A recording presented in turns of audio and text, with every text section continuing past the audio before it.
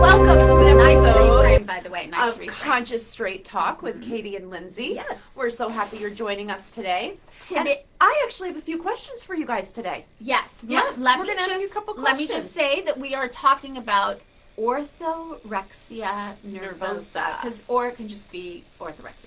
Okay. So, do you guys ever wish that you could stop thinking so much about food and spend more time thinking about work and your loved ones? Are you constantly questioning food and considering how foods are unhealthy or healthy and label reading and just completely obsessed with what's going on with the food that you're eating? Mm-hmm. Do you ever feel guilt or shame when you stray from your perfect diet Mm-hmm. to a level that you're beating yourself up over it? Mm-hmm. Does it seem physically impossible to eat a meal that's prepared by somebody else? Mm-hmm. I.e. restaurants, friends, family, whatever. They Do just you want to feel- prepare themselves. Do you feel At home. in control when you stick to your planned diet and your health regimen? Mm-hmm. Does that give you a massive amount of control? Mm-hmm. Do you look down on others who eat less healthy than you? Yeah, that's not cool. If you answered yes to any of this, you might be experiencing orthorexia nervosa. Orthorexia Nervosa.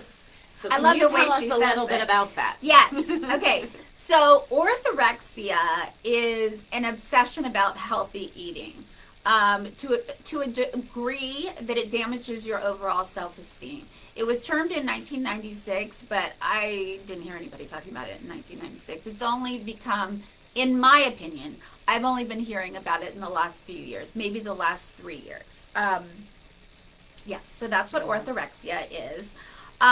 Okay, so some symptoms are fear of losing control. They must make all their meals at home, as an example. Critical of friends' choices, like Lindsey said, there was something that was similar to that.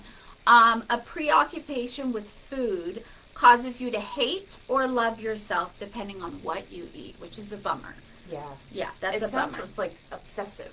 Oh, almost. very obsessive. Yeah. Very obsessive. Okay, there's more about that. Sorry. A worry about food quality, like high levels of concern about the quality and source of foods that you eat, could lead to just obsessed OCD. And I really do believe that this falls under OCD. Yeah. They avoid going out to eat or avoid eating food prepared by others, which we said. Fear of sickness. Which stinks. That makes me so sad for this because, yeah. you know, one of my favorite things to do is to go out for a meal, right? So it With a great destroys chef your or something. social life a lot of the time. Yeah. And you're losing some really amazing experiences. Of course. You're losing closeness to people, which Yeah. is very important for human beings. They can show signs of malnutrition, so sometimes they can be underweight, not always. And also, it hurts your bones, it hurts your intestines. I'm not a doctor, but, you know, it hurts these things. They bury themselves in food research, like for hours and hours and hours, totally obsessively just looking up food research and trying to figure out what's healthy and what's not healthy. And they refuse to eat a broad range of foods. And this is where I keep going back to with all the eating disorders. My do not eat list and my eat list. And usually their eat list is like chicken and vegetables and some bone broth and maybe a carrot or two. Okay. And I think this one, so if you're experiencing any of these symptoms, and it's got to be to a degree where it's bothersome in your other life. Yeah. Right? Like, it's taking away from your family. It's taking away from your work. It's taking away from your personal relationships. If you're to that level and you're identifying with any of these causes and these symptoms, then you really do need to think about this issue that you might be experiencing that and reach out. Yeah, and one thing that people with orthorexia do is they'll say, I'm vegan, so I can't eat that, or I'm vegetarian, so I can't eat that, or I'm keto, so I can't eat that. And just so you know, I mean, keto doesn't have to do with this because you eat a lot of fat, but you need fat for your brain. You need carbohydrates, especially if you exercise, and that's another thing that goes with it. Healthy sugars, right? You do, yeah. Those are carbs, yeah.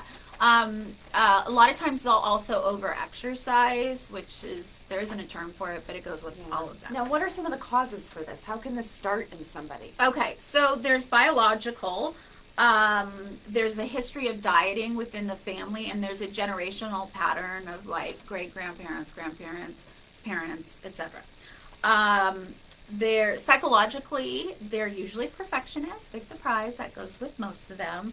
And they have body dysmorphia and severe anxiety slash OCD. Social and cultural. Lots of times they were bullied when they were kids by other kids, by their family, whatever. And most kids go through a stage where they go through a little chunky stage. And it's cute, in my opinion. Yeah. And they grow out of it. They grow out of it. But these people are traumatized by this. They have PTSD. And so then later they'll go on a diet, or they're vegan, or they're keto, or forever. Family trauma, so PTSD. Parents or siblings on a chronic diet. That was my life. Like the excitement in my home once a month was when we had carob day. Okay? If anybody knows what carobs are. I thought it was a syrup when you said it, but what is it? No, they're like chocolate chips but healthier, and then they're not made of chocolate. No, they're made of carob. But chocolate is actually healthy for you. I know it is, but it was carob day. I don't know what to say. My mom was like a 1970s like yoga granola. I don't even know, wearing like bells on her ankles. Anyways, she got you all to be healthy. My sister went the other way, and then my sister went the like eat as much sugar as you can, and then I went the other way. We also, another great thing that I'd just like to share with you is I would go to pour some milk, and then a big clump would, stop the milk from pouring, and my mother would put liver in the milk to marinate it. Yum, yum. Okay. And so wait, we have liver and carob chips? Well, okay. No. Liver was like a really bad day. So we had liver once a week, and she said, she touted, she said it was just the most amazing thing. It was going to make us so healthy eating this liver. But all I did was feed it to the cats under the table. Okay. How long did your cats live? Long they did. I will say I had one that lived to be 23. One cat lived to be 23. So maybe Mama's on something. Yep, exactly. Liver and carob chips. Exactly. Okay, so this idea of an ideal body, so that goes back to just society and magazines and social media and all of that. Obsessive control over yourself, which probably stems from childhood trauma. Right? That childhood and everything and social media, all of the above. Parents saying like, even if they don't say, "Oh, honey, you need to lose weight." Let's say you go on a diet, you lose the weight. They go, "Oh my God, you look so amazing." Everybody starts to compliment you, and you don't want to miss that. That's amazing, right? That feels good. The problem is when it gets out of control. I feel like with this, people that would be experiencing it probably wouldn't even realize that I'm going through this and it's not overly healthy. I'm imbalanced in my own way. No, right. They think they're healthy and they're good. And, I mean, it depends. But yet they're it missing out on so much in life. Well, it depends on how intuitive you are, and you know what I mean. Yeah. I agree with you. It spans generations, like I said before, and there's this obsessive comparison to other people, and that is really bad. It's really a part of it. It ruins friendships. I hate the comparisons. I wish that we could just appreciate, right? Like, we're all different. We all have our gifts. We all have our faults and our flaws. And I'm so tired of like, oh, well, she's doing this and he's doing that, and we should... No. And beauty doesn't define us. There's so much more. If you're beautiful on the outside, but you're not beautiful on the inside, you're not pretty. You're gross. Sorry. No, it's true. So it doesn't define us, but society puts so much pressure on women. I'm not saying it doesn't put some pressure on men, but this is this is like a 90% rate of eating disorders are and if you guys are having these thoughts, I think they're kind of common. They it are. Does happen. You're not alone. They are, but these reach are out, like talk to us. Let's there are treatments we can do, right? What there can people do for this? Yeah, you can do exposure therapy. I thought I said this already. No.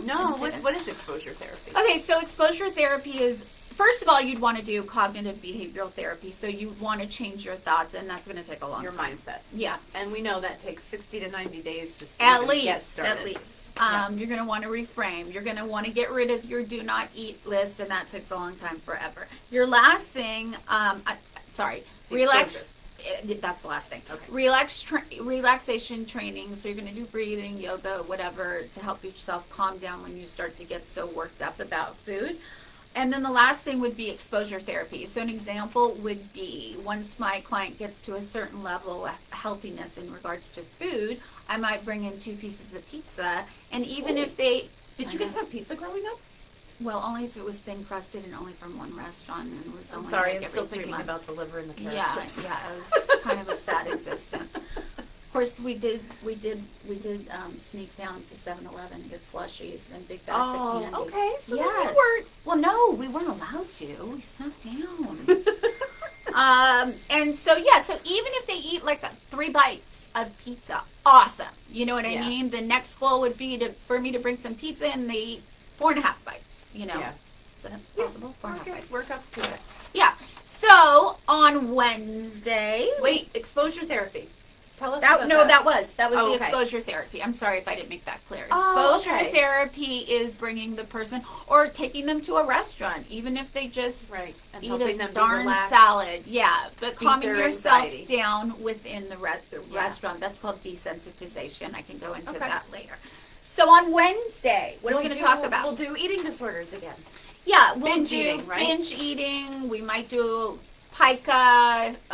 You don't know what that is probably, but we'll explain it to you. We Talk we more might about do, that. And if you guys identify with anything today, please reach out. We're here. Please, you've got free Give therapy. us a comment. Yes. You can Subscribe. get some emails